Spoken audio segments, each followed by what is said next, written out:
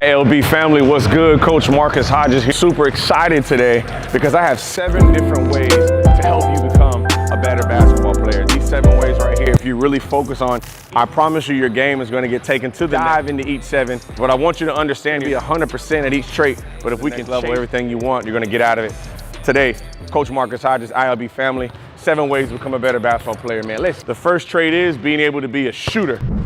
Being able to put the ball in continuously, trusting the work that you put in. If you look at the NBA level, if you can't shoot, be a defender and get put in the corner.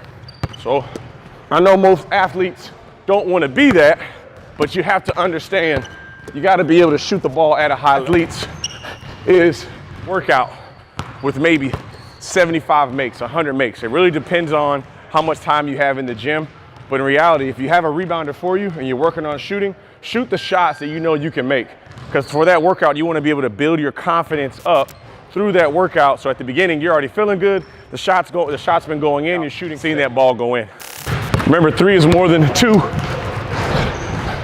Coaches are really looking for those outside shooters, either catch and shoot or off the dribble. Can you knock down that shot consistently? 2 is going to be a ball handler. You don't have to be the best. We want to strive to be the best, but you have to be able to put that ball on the floor 3 to 5 times. Especially, you have to be able to put the ball down enough where that coach trusts you. So being able to have these good ball handling workouts before your workout, before the game, they're going to help you build confidence. So being an elite ball handler means having an aggressive offhand. So being able to, anytime I have an exchange, I'm just making contact on that chair. Well, it can be one contact, or if I want to work on floating the basketball, being able to have multiple contacts when I'm doing these moves. So those elite ball handlers, they're usually going to be guys that not only have a stationary handle, but have a handle where their offhand can be aggressive, and they're almost battling with their offhand, or they can have a war or a fight here, but it's never going to change or affect their handle with the hand that's dribbling the basketball. Also becoming how well you move. You see guys that are like robots. You have to have some type of flow within your player. That's going to come from your footwork. That's going to come from how your body moves, how well you're able to sell different moves. But shiftiness is going to start also with your stance. We've talked about this a lot. Being able to shift my weight from side to side with these moves. So not only do I want to be a shiftier player, notice my feet aren't moving. I'm just shifting my weight right now from side to side. Once again, if I can get right here to go inside, notice Kyrie always has a lot of grip on his shoes here because he's one of the shiftiest players ever, probably has one of the best ball handles ever, but he always finds himself in this stance, right here. So that's what's gonna help you become a better ball handler. Number 3 is becoming an elite finisher. You have to be able to finish that ball. Once again, not the best, but you have to have confidence. 3 of the ways that I want to make sure you master is going to be an overhand. 1, being able to have an overhand finish. That's going to be my floater. Get the ball over the Anthony Davis, Joker, all the guys that are tall or super athletic. Number 2 is going to be my side hand finish. So being able to stretch away. If you guys remember, Allen Iverson does this a lot, has players on his hips. Being able to get that defender under the rim, but I'm going side hand, so I'm kind of stretching away from that defender, being able to have that nice touch off the glass. And that 3rd way is going to be more of like an underhand. So having an underhand finish at times, or if I'm doing a one-hand pickup, I can go underhand. Notice how my shoulders kind of turn, stretching away from that defender, being able to finish, or how Steph Curry likes to do, that little underhand scoop. And for the extra little sauce is going to be just that wrist spin. You guys call jelly, you know, being able to have that wrist spin, sometimes being caught right under the basket where you can choose right or left. You'll see players at times have a wrist spin here, or they'll go high, and Ja Morant loves to kind of have that circle finish there. So being able to master those 3, and that 4th you can add for extra little sauce.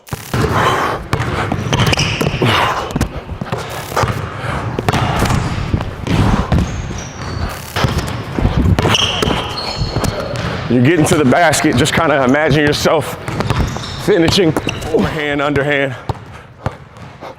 or stretching away using that side hand.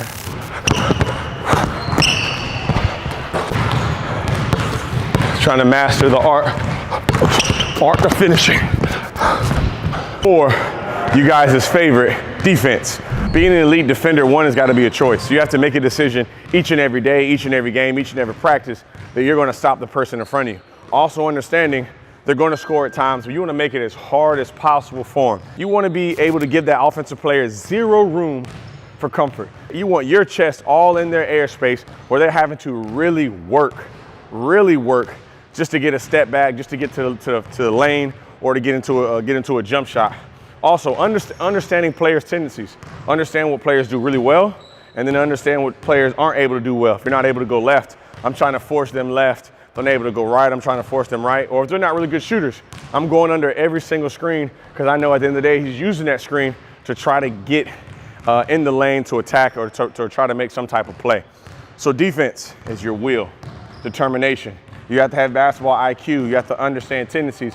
But defense, once again, is going to be a choice, fellas. It's going to be a choice. Just as much as we work on the offensive side with our crossovers and our shooting, defense, we have to work on it. How to step and slide, understand help side defense, understand deflection. These things that Draymond Green, Marcus Smart really impact games doing. You don't see it on the stat sheet.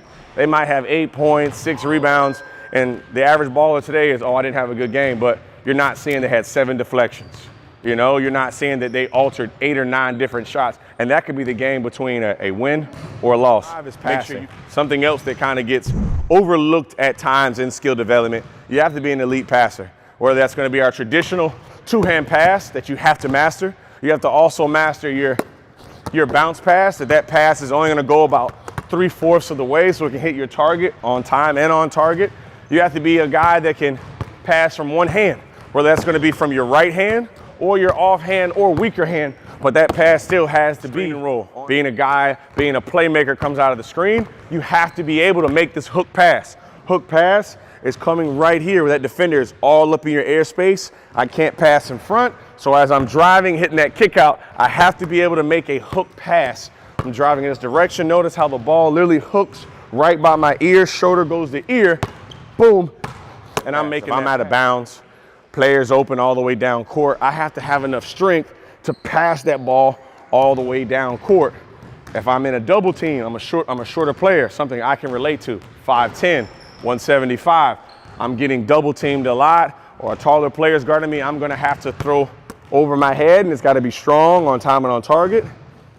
Couple more are gonna be jump passes. What coaches don't like, that passes in the air, you have to make quick decisions. As you're in the air for a second and a half. Whether I'm doing up and unders, I think I have a shot, I think I have a finish, and I don't. I have to understand what my players are. And as I jump in the air, I have to be able to still make an on time. And to work on passing, one-hand passes, or I like to call like just my freestyle. I'll tell my guys, hey, in 30 seconds, I want to see 15 different passes. As you're freestyling your dribble, don't think, just trying to always use my imagination, making passes, but I'm working on my conditioning as well, working on being able to be efficient with my passes and using my imagination. Whether it's a post entry pass, so it might be a kick out pass, to that behind the back pass.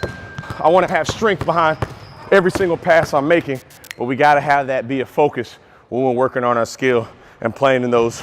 Number 6 is going to be being a deceptive player. Players don't always have the luxury to being the fastest guy, or you don't have the luxury to being the most athletic guy. So teaching not only deceptive moves, because as a skill coach, as a trainer, if I can teach you 6 to 8 deceptive moves, you'll start to understand the concept of being deceptive, and then you'll start to add that deceptiveness in your own bag. Whatever player you are, you'll start to add it. So a couple drills that I like to do is have my chest or my frame to almost face right at the nail. If you guys don't know what the nail is right in the center of the rim. So right in the center of the rim where the free throw line is. So as I'm at the elbow, once again, my chest or my frame is here. I want to be able to take a dribble. As I take a dribble, my frame is going to get right towards that nail. So as I'm here, notice my chin and eyes are looking at the rim right now. I'll take 2 to 3 dribbles. My chest will look towards the mid frame or towards the midline, and I'm just getting right into a push cross. So making it look like I'm seeing what's going on over here. Maybe I'm about to throw a pass, possibly retreat, and then I just explode out of nowhere. So I'm stationary, I'm here, my frame opens up, I push the level of it, as now have my chest face the rim, and as I take this dribble, now watch, boom, Now it really starts to open up. This foot starts to drop back. As this foot drops back, I'm loading off this foot here. This is where 60 to 70% of my energy is, and I'm pushing right across my knee. So chest towards the rim, I dribble, load back, push and explode. Step is being able to be deceptive, but there's different speeds of being able to do it. At times you can have the fast, where I'm here, low, Euro when they go here, and kind of slow to pass. As I'm looking one direction, I'm passing in the opposite direction. It could be a behind the back pass as well, where I'm looking right at the camera, but I know the open guy is there, being able to pass 3 and 4. Screen, set the screen where I start talking, but in reality, I'm not talking to anybody. As soon as I see my defender's head look, I'm stepping into it for a shot.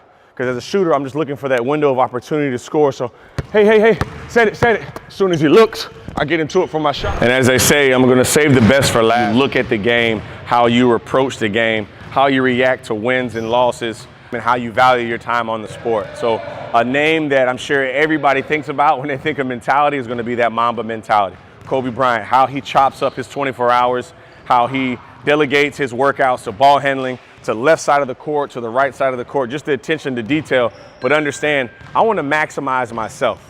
So we're all different. That's what's beautiful about everybody, all different. We can maximize whatever, how high you think you can jump, you maximize that. You want to be able to maximize your ball handling. You want to maximize your shooting, as we're starting to see now. Look with LeBron, how much I sleep, how I take care of my body.